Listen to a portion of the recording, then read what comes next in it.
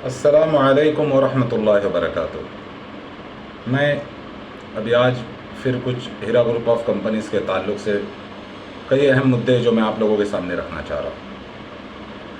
सबसे पहली बात तो कि भाई कई लोगों का एतराज़ हो रहा है कि ये फिर क्यों आया, अब इसको क्या चाहिए। तो भाई मैं एक बता दूँ, मैं किसी को यहाँ कन्विंस नहीं करना चाहता हूँ कि मैं सच्चा हूँ या मेरी एसोसिएशन से जुड़ो। मेरी तरफ से कोई ज़बरदस्ती नहीं है। अगर आप लोग चाहो तो अलग अलग एसोसिएशंस फॉर्म करो, बस ये देखो कि किस तरीके से पैसे यहाँ से रिकवर करे जा सकते हैं। मेरी तरफ से किसी के लिए कोई ज़बरदस्ती नहीं है। भाई अगर आप लोगों को एतराज़ है, आप लोग मुख्तलिफ एसोसिएशंस बनाओ और अपने अपने तरीके से अपने पैसे निकलवाने का सोचो यहाँ से। अब कुछ लोगों को ये भी एतराज़ है कि भाई मैं अब तक खामोश क्यों था। तो भाई मैं खामोश नहीं था, मैंने पहले भी वीडियोस इस ताल्लुक़ से डाला हूँ मेरे चैनल पर, ट्रूथ फाइंडर पर। और मैं पुणे एसोसिएशन में हमेशा आवाज़ उठाया करता था। इवन जब मैं हैदराबाद गया था नोहेरा शेख मैडम से मिलने के लिए पुणे एसोसिएशन के साथ, तब मुझे यही बोला गया कि आपा से कोई सवाल नहीं करना है। हालांकि मैं अपनी तरफ से पूरी तरीके से प्रिपरेशन करके गया था, हर चीज़ लिख के लेकर गया था कि क्या क्या उनसे सवाल पूछे, इन्वेस्टर्स के मसाइल, कब पैसे दिए जाएंगे, क्या दिक्कत है क्या नहीं है। लेकिन मुझे बिल्कुल तमाम बातों से रोका गया। और मैं जब मैंने देखा कि ये लोग नहीं मानने वाले, ये नोहेरा शेख से कोई सवाल नहीं करने वाले, उसके बाद ही मैंने ये एसोसिएशन बनाने का फ़ैसला किया और मैंने ये एसोसिएशन बनाई। अब देखो, यहाँ पर मैं किसी को कन्विंस नहीं करना चाहता हूँ, मैं नहीं चाहता हूँ कोई मेरी एसोसिएशन से जुड़े। मैं सिर्फ जो मुद्दे उठा रहा हूँ भाई, यही मुद्दे आप लोग भी उठाओ और इन मुद्दों पर ही काम करो। देखो, शुरू के दिनों में ये बताया गया था कि ट्रांजैक्शन लिमिटेशंस की वजह से नोहेरा शेख मैडम बल्क में ट्रांजैक्शंस नहीं कर पा रही, इसलिए इन्वेस्टर्स का प्रॉफिट तकसीम नहीं किया जा रहा है। और कई ऐसे कंपनीज थे जिन पर आरबीआई की तरफ से लिमिटेशंस लगाई गई थी। अब यहाँ पर तो हमने भी ये बात मान ली। अब लेकिन यहाँ पर कई ऐसे, और हम लोग ये यहाँ पर कई सवालात भी खड़े होते हैं, इसमें कोई शक नहीं, और हम लोग भी ये बात, लेकिन मेन जो बात थी वो क्या थी कि हम चाहते थे कि भाई नोहेरा शेख मैडम पैसा देने की ही बात कर रही है, तो इसलिए उन्हें एक मौका मिले, ये हम लोग इसी चीज़ की फेवर में थे। अब मैं यहाँ पर कुछ अहम बातें बताऊँगा, कुछ हसास बातें हैं। अगर ट्रांजैक्शन लिमिटेशंस तो इंडिया में थी, फिर दुबई और सऊदी के इन्वेस्टर्स को पैसा क्यों नहीं दे पाई कंपनी? क्योंकि दुबई और सऊदी में ये सब कोई मसला नहीं था। अगर कंपनी ये कहेगी कि नहीं दुबई और सऊदी में भी लिमिटेशन है, तो फिर कंपनी झूठ बोल रही है। क्योंकि दुबई तो हब है बिजनेस का। दुबई में बहुत बड़े बड़े ब्रोकर्स, ट्रेडिंग कंपनी, सब कुछ दुबई के अंदर है, और सब धड़ल्ले से लाखों करोड़ों दिरहम्स में ट्रांजेक्शन्स करते। वहाँ पे तो कोई ऐसा इशू नहीं है, और ना ही सऊदी में है। सऊदी में भी बिंदास, अगर सब कुछ बराबर है मामला, तो सऊदी में भी ट्रांजेक्शन्स हो सकते हैं, होते हैं, कोई वहाँ इशू नहीं है। ये प्रॉब्लम आई कब? जब 224 सीटों पर नोहेरा शेख मैडम ने इलेक्शन लड़ा और बुरी तरह हारने के बाद ये प्रॉब्लम आई। तो अब यहाँ पर देखिए, हम ये गलत ऐसा नहीं कर सकते कि जैसे हम कुरान की आयतों पर ईमान रखते हैं कि कुरान की हर आयत सच्ची है, तो नोहेरा शेख मैडम की बातों को हम वही मानकर कि आसमान से नाजिल हुई कोई वही है और उस पर यकीन करें, ये चीज़ हम नहीं कर सकते। यहाँ नोहेरा शेख मैडम हमारी एसोसिएशन को नज़रअंदाज नहीं कर सकते। वो जवाब दे, उनको जवाब देना होगा कहाँ से क्या दिक्कत आ रही है। मैं नोहेरा शेख मैडम से ये पूछना चाहूँगा कि दुबई और सऊदी में भी आपने किसी को 1 रुपया नहीं दिया, वहाँ के लोगों को, वहाँ के इन्वेस्टर्स को पैसा नहीं मिला, तो वहाँ क्या दिक्कत थी? वहाँ तो कोई ट्रांजेक्शन की लिमिटेशंस नहीं थी। मैंने यूनुस सैयद भाई की मदद से और दूसरे भी कुछ जो लोग हैं उनकी मदद से नोहेरा शेख मैडम के सऊदी के और दुबई के बिज़नेस लाइसेंस जो है उसके कॉपीज़ मिले थे मुझे। फिर मैंने जो सिजिलत तिजारी होता है, जो बिज़नेस रजिस्ट्रेशन नंबर, उससे मैंने नोहेरा शेख मैडम जिस लेडी के नाम पर, क्योंकि सऊदी में फॉरेनर अपने नाम पर कोई बिज़नेस नहीं शुरू कर सकता है। अब तो खैर इन्वेस्टर वीज़ा के नाम पर हो रहा है, लेकिन उस वक्त नहीं था, और उसमें एक प्रोसीजर होता है। तो खैर इन्होंने क्या किया, एक कफील सिस्टम जो होता है सऊदी में,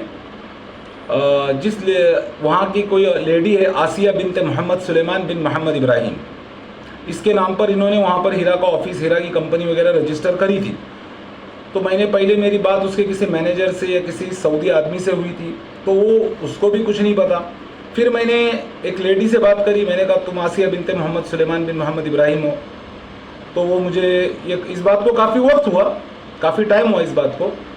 तो उसने बोली कि हाँ लेकिन मुझे भी कुछ नहीं पता क्या हो रहा है क्या नहीं, वो भी कुछ नहीं जानती है। तो अब जानता कौन है? वो औरत तो सीधा हाथ उठा के बोल रही मुझे कुछ नहीं पता है। फिर मैंने एक सऊदी आदमी के ज़रिए भी उसको राब्ता करवाया, तो वो बात वही आ रही है कि इवन उसके घर वालों ने भी बात करी, तो बात वही आ रही है कि इसे कुछ नहीं पता है, वो कुछ जानती ही नहीं है नोहेरा शेख के बारे में ज़्यादा। तो ये बात कहीं ना कहीं कुछ समझ में नहीं आ रहा है, यहाँ बहुत बड़ा कोई झोल दिख रहा है, बहुत कन्फ्यूजन वाला मामला हो गया ये। यानी ये बात अब साफ तौर पे नजर आ रही है कि कुछ ना कुछ बहुत बड़ा गलत हो रहा है। पॉलिटिक्स इतना आसान नहीं है, इतनी आसान चीज नहीं है।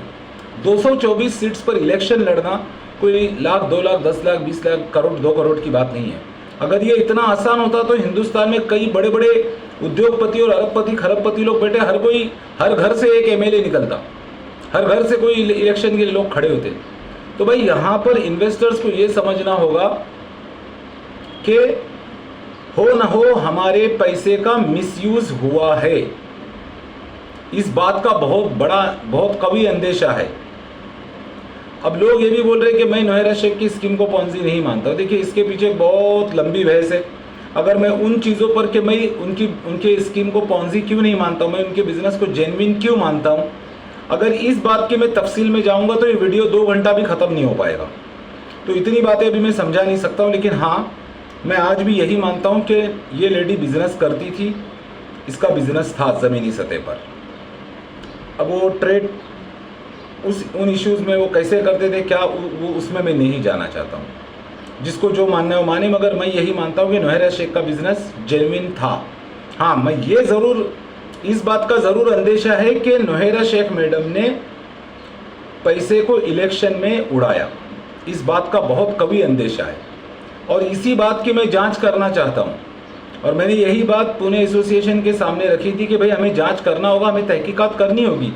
मगर क्योंकि पुणे एसोसिएशन पूरी तरीके से आपा के चरणों की धूल बन चुकी थी, इसलिए वो लोग कुछ नहीं करना चाहते थे। उन्होंने दरअसल में पूरी MEDSO की एसोसिएशन थी और इन्हें अपने प्रॉपर्टीज़ को बचाना था। अब हमारी परसों एक बहुत अच्छे और बड़े लॉयर से भी बात हुई इस ताल्लुक से, जो हालांकि हीरा ग्रुप ऑफ कंपनीज़ के मसले से वाकिफ़ नहीं है, मैं भी उनका नाम डिस्क्लोज़ नहीं करूँगा। लेकिन ये है कि हमें इन्वेस्टर्स के, हमने कहा भाई हमारी प्रायोरिटी है इन्वेस्टर्स के पैसों की रिकवरी करना। तो इसके लिए एक सॉल्यूशन ये भी बताया गया कि जितने भी MEDSs है, अब मेरे पास तकरीबन 250 से 300 MEDSs की लिस्ट आज आ गई है। तो अब हमें ये तहकीकात करनी होगी कि इन MEDSs के पास कितनी प्रॉपर्टीज़ है, कितना पैसा है, कितना फंड्स है इनके पास। तो आज मौजूदा हालात के हिसाब से इस बात की ज़रूरत है कि MEDSs के तमाम प्रॉपर्टीज़, इनके घर, इनके फ्लैट्स, इनकी हर एक चीज़ को अटैच कराना होगा ताकि इन्वेस्टर्स के पैसों की रिकवरी हो सके। क्योंकि अब यहाँ से रिकवरी के आसार बहुत कम दिख रहे। हम दुबई और सऊदी अथॉरिटीज़ को भी अब लेटर लिखने वाले और कांटेक्ट करेंगे, एम्बेसीज़ के थ्रू वहाँ के हुक्मरानों को भी कांटेक्ट करेंगे कि भई हमारे पैसों की रिकवरी के लिए आप जो मुमकिन मदद हो सके, जैसा भी हो सके हमारे साथ कोऑपरेट कीजिए, हमें मदद कीजिए। जब मैं नोहेरा शेख मैडम से मिलने के लिए चंचलगुड़ा जेल में गया था तो उन्होंने कहा था मुझे पैसे देने में कोई दिक्कत नहीं है, मैं जैसी जेल से बाहर आऊँगी मैं फटाफट पैसे सबके दे दूँगी। उन्होंने ये भी मुझसे कहा था कि उनके पास बुलियन में रिजर्व में गोल्ड है, वो गोल्ड बेच के अपना पैसा दे देंगे लोगों का। तो आज कितना इस बात को टाइम हो गया, उन्हें जेल से निकले हुए कितना वक्त हो गया, ना कोई क्लैरिटी है, ना कोई बात ना किसी बात की कोई सुनवाई है। तो ऐसी सूरत में अब MEDSs और जो ऑफिस इंचार्ज है, जिन लोगों ने इस कंपनी को प्रमोट किया, लोगों को यहाँ पर लाके पैसा इन्वेस्ट करवाया, इन लोगों के एसेट्स को जब्त करने के सिवा कोई चारा नहीं बचता है।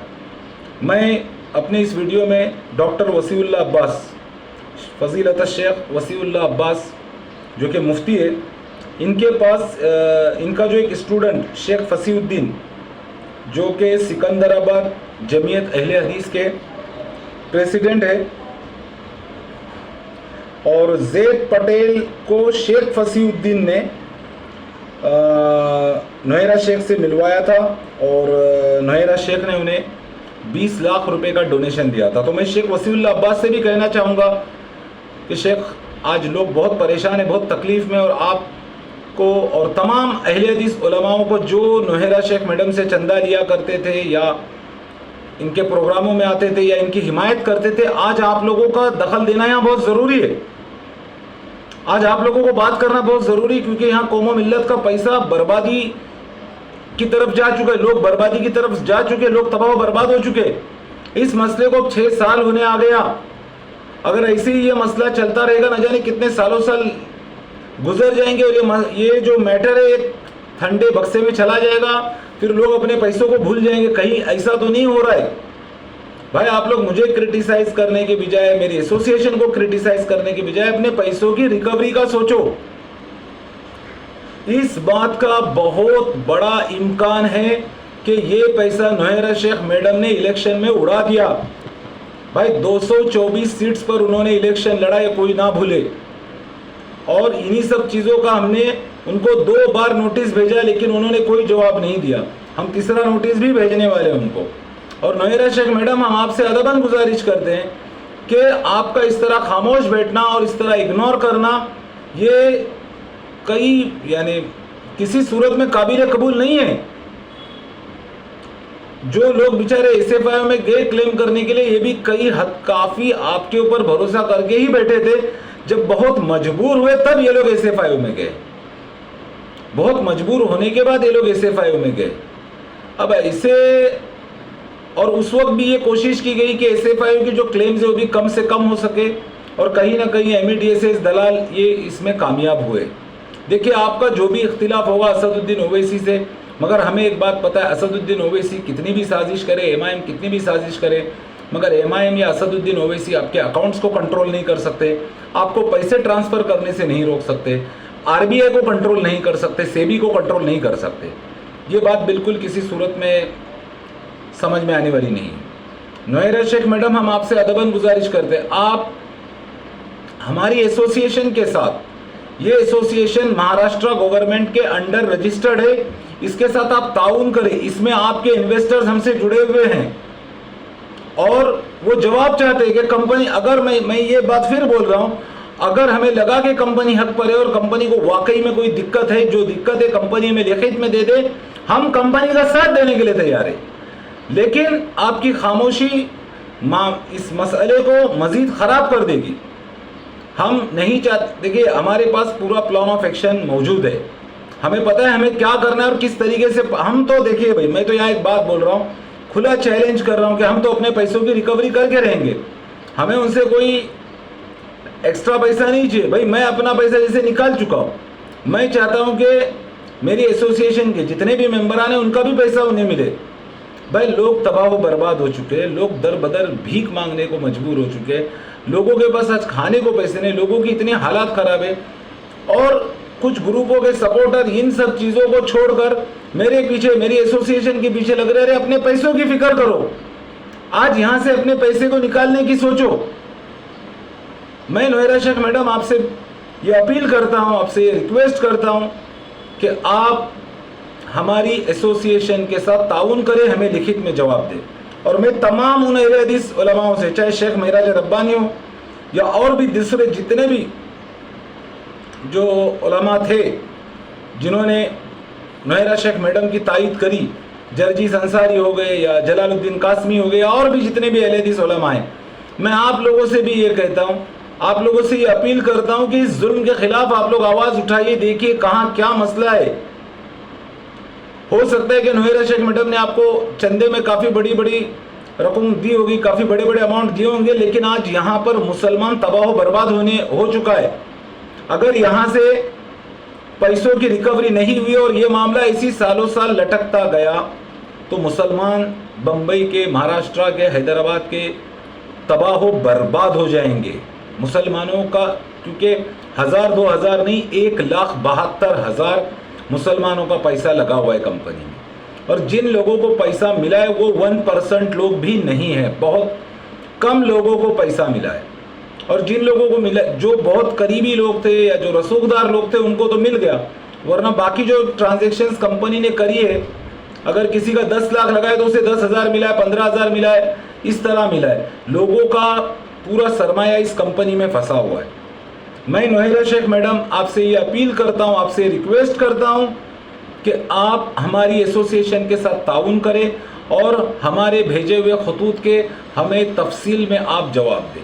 मैं ये उम्मीद करता हूँ कि बहुत जल्द आप हमारे खतूत के हमें जवाब देंगे, वरना हमें अपनी कार्रवाई को मज़ीद आगे बढ़ाना होगा। अस्सलामु अलैकुम वरहमतुल्लाहि वबरकातुहू।